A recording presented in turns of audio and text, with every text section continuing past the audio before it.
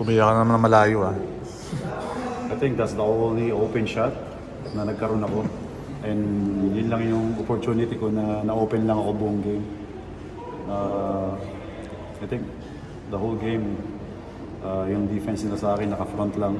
Pinapabayaan lang nila mag 4-on-4 lang sila. So I think tinake advantage ko lang and wala na rin namang oras. So kailangan ko rin talaga itira. And luckily pumasok siya. So yun. Paul, I believe 1 of 8 ka before that shot. How was your confidence level? Titira mo. All I need is just open looks and just need to be ready.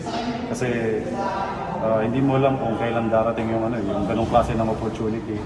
And again, yung shot clock paubos na rin. So kailangan ko lang din siya talagang itira. And ang maganda lang is nagkaroon ng I don't know bakit siya nag-help dun papunta kay Mark. Nagkaroon ako ng little bit of space para maitira ng mas maayos. So, Paul, para si Coach Chito at si Tyler, parang confident sila na you've been practicing that shot kahit naman sa ensayo. So parang natural na lang sa'yo na itira mo na drill mo yung tira mo yun. What can you say about yung faith nila sa'yo? Even if, alam mo, minsan may mga days ka na struggling ka, pero you deliver when the lights shine the brightest. I think yun yung parang dahilan kung bakit ko ginagawa yun everyday. Kung bakit siya naging part ng routine ko. Kasi most of the team, talagang mataas na yung depensa nila sa akin. So kung maaari, kung maging sharp ako everyday, gagawin ko siya. And shooter mentality lang. Kung malas ka, kung sablay yung tinira mo, focus on the next shots. Kumbaga, hindi naman doon natatapos yun. Kung masama man, kung di ko man na-shoot yun, go back again sa gym tomorrow, practice ulit, and then ready for the next one. Puro ganun lang. I mean, I need to move forward. Kagaya ko, na-shoot ko nga ngayon, then tomorrow, ganun ulit. Routine ulit. Kasi nga, hindi mo alam kung kailan darating yung opportunity na ganun. So, I just need to be ready lang talaga sa mga ganung klase ng opportunity. Paul, one game na lang kayo.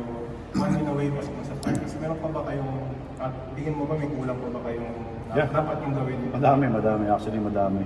Madami kaming dapat pag-usapan going into Game 3. Siyempre, yung pinakamahirap na game sa lahat ng series, yung pag-close out ng series. At mahirap din kalaban yung team na back against the wall. Siyempre, bibigay na nilang lahat. And then yung energy nila, nandyan lahat yan, ibibigay nila lahat. So, kailangan, ready kami dun. And paghandaan talaga namin maigit. Paul, yung medyo ang tagal na yun kayo, 3 years, Yeah. hindi pa kayo nagpa-finals, yung prospect na makuha niyo ulit yun, another chance to nga makabalik sa ano. Hopefully, makuha na namin sa Sunday. Again, yun yung pinakamahirap na game. And kailangan, ready lang kami. And I think different Phoenix yung maglalaro sa Sunday. Gagawin talaga niyan lahat.